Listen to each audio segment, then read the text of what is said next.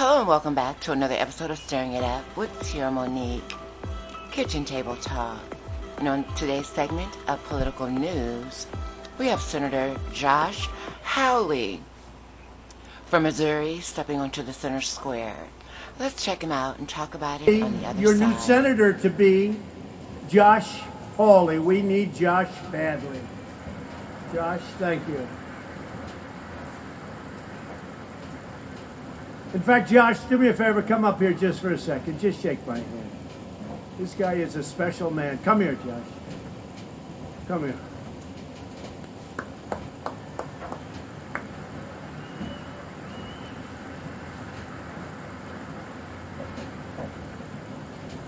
Well, it's an incredible honor to be here today. Thanks to all of you for your service and what you mean to this country. But how about the leadership of President Donald Trump? What do you think?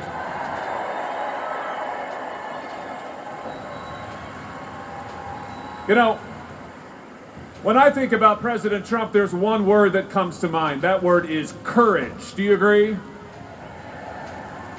How many people over the years have said that they'll do this or they'll do that, but there's one guy who had the guts to actually fulfill his promises, the guts to move our embassy to Jerusalem, the guts to actually stand up against our enemies overseas, the guts to put conservatives on the Supreme Court of the United States, and that's Donald Trump.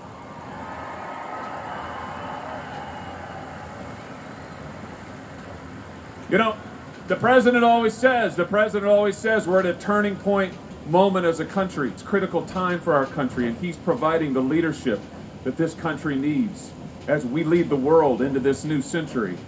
And now I tell you what, I think he needs reinforcements in Washington, D.C. Do you agree with that? So let's do this. Let's show our appreciation again for President Trump and the leadership that he is giving to this country, and let's redouble our efforts and recommit ourselves to standing together, working hard, and making America great again.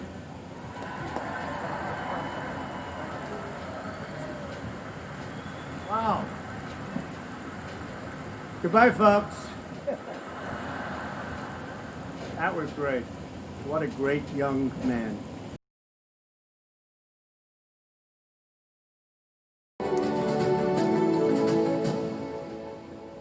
Welcome to Uncommon Knowledge. I'm Peter Robinson. Today, first impressions from two especially remarkable freshman members of Congress. A native of Lexington, a town in rural Missouri, Josh Hawley served from 2017 to earlier this year as the Attorney General of Missouri. Last year, he ran for the Senate as a Republican, defeating the Democratic incumbent Claire McCaskill by 6 points. At 39, Josh Hawley is the youngest member of the Senate. A native of Boynton Beach, Florida, Michael Waltz received a commission in the United States Army immediately after graduating from the Virginia Military Institute. He served in Afghanistan, then he served in the office of the Secretary of Defense, and then he served in the White House of President George W. Bush. And then he co-founded defense consulting firm Metis Solutions. This past November, Mr. Waltz, a Republican, was elected to the House from the 6th District of Florida. The district centers on Daytona Beach. Michael Waltz is the first Green Beret ever elected to Congress. Josh Hawley and Mike Waltz, welcome. Thank you. Fellas, why did you do it? Let's start with you. Stanford University, Yale Law School, then a term as Attorney General of Missouri. So here's the reality that you're living at this moment in an alternative universe. You're finishing your term as Attorney General, and then you're going to go with a big national firm in its St. Louis or its Kansas City office, and you're going to go through your 40s and 50s raising kids in the best place in the world to raise kids, the American Midwest, making a pile of loot. And instead of living in that alternative universe, you're here in the United States Senate. Senators aren't poor, but it's not what you might have done.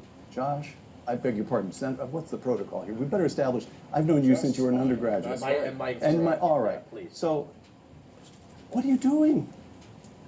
Well, look, first of all, thanks for having me, Peter. It's great to be with you. Great to see you. I remember our first meeting when I was, I think, 18, right, in your office at the Hoover Institution at Stanford. I came by to see you as an undergraduate. I was a freshman that year. So, I have not aged. You haven't changed it. No, not a day. You haven't changed. And Unfortunately, I have. But listen, I think that it is a critical time for our country. I mean, we are at a major generational turning point. A whole era in American politics is coming to an end. The post-war era is how I think of it. That runs from the late 40s until just the last few years. I mean, that era in American politics is over. We're facing tremendous challenges as a country. Our middle class is in a state of collapse. Our middle class way of life is under serious threat. We've got the courts are hanging in the balance. We have new threats rising all around us in the world. I mean, and a new generation. I'm the youngest member of the Senate, as you said, and also one of the first members of a new generation to be elected. So it is a significant turning point, and I feel. So you are leading a purpose-driven life, to quote the best-selling book. You're serious about this. I am. It's the only reason to do it. Mike, here's your problem, at least as it appears to my mind. United States Army, not just the United States Army, Green Beret. You guys are sent in to get stuff done. Yep. And then you work in the Secretary of Defense. So the Pentagon can be bureaucratic, but in the office of the Secretary of the Defense, the idea is to get stuff done. Yep. And then the White House, the pinnacle of the executive branch. And then you founded a company. You have been in one doing job after another. And now here you are in a talking job. Why? As veterans, a couple of things. One, we're at a record low in terms of veterans in our Congress and in the Senate in our nation's history. We've gone from a peak of 80% in the 1970s to a low in our nation's history of around 15% right now. And I think that explains, that record low So explains a lot of the dysfunction. Only Why? roughly 1 in 6 members of Congress That's right. has any actual experience That's of right. service. That's right. And it's not so much the issues or veterans or military issues or foreign policy, it's the ethos that we bring, right? So I can tell you, in combat, in the foxhole, in the plane, in the ship, nobody cares about race, religion, creed, socioeconomic background, political party. It's not as though I'm in the black helicopter in the middle of the night going after Al-Qaeda going, are you a Democrat or a Republican? Are you Hispanic? Or nobody cares. You're about mission, you're about country, you're about getting things done. So I think the more veterans that we get on both sides of the aisle, I would prefer they be Republican, but on both sides of the aisle, the better. Because we have that commonality of service. Secondly, I got to be honest with you.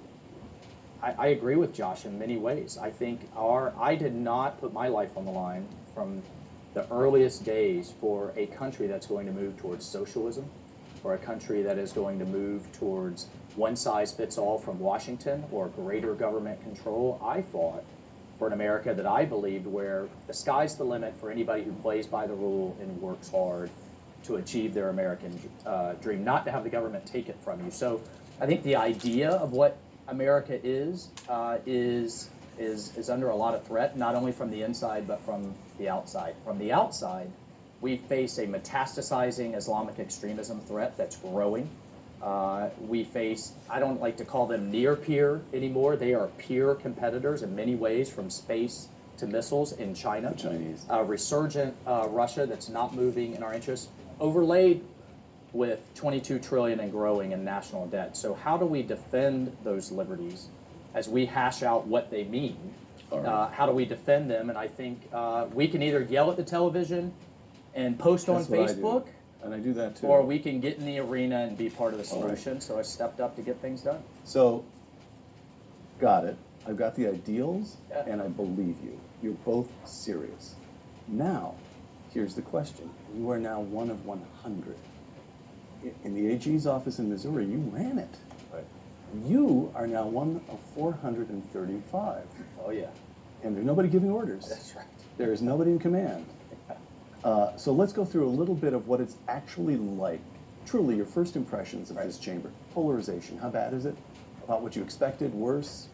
Dealing with Democrats? Oh, it's very polarized, and I would say it's worse. I mean, look, Washington is Worse than you expected? Yeah, worse than I expected. I mean, Washington is every bit as dysfunctional as it looks from the outside, is my impression, maybe worse. And in the Senate, at least, part of the reason for that is half the Democrat senators are running for president.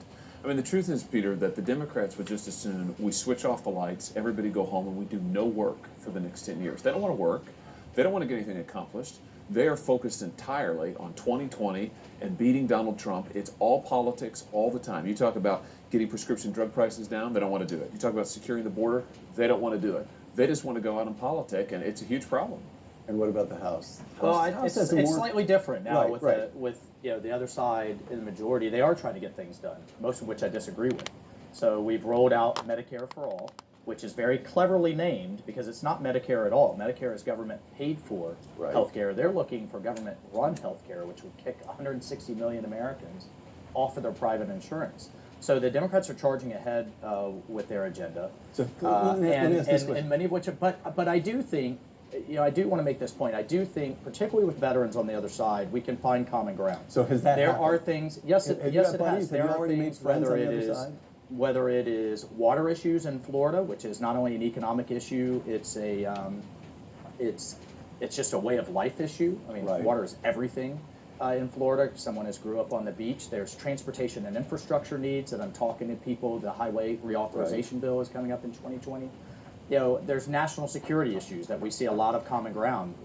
For example, staying engaged in Syria, staying engaged against the Islamic extremist threat in Afghanistan, Right. where I'm seeing eye to eye with a number of, there is a group of moderate Democrats who we are seeing eye to eye with. I mean, this is, I think, somewhat more unique in the House. That is, we're starting to see that fracture with many of their radical liberal colleagues. The Democrats have a decision to make. Are they Yeah. going to go hard left as a party, That's or right. are the moderates going And to they pull haven't away? sorted that out at all. And you can see them struggling with that. Some of them. And I'm finding issues where we can get things done with some of those more moderate. Josh, what about leadership? Here, a new book by congressional expert Jeff Bergner. Actually, this is from a recent interview. All right, that wraps it up for another edition of Stirring It Out with Tierra Monique, Kitchen Table Talk.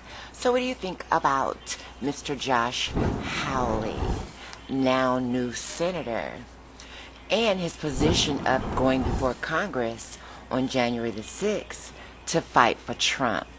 Now we can kind of see why. Yeah? So anyway, leave a comment, and if you like the video, please like and subscribe. Until next time, and there will be a next time. Bye.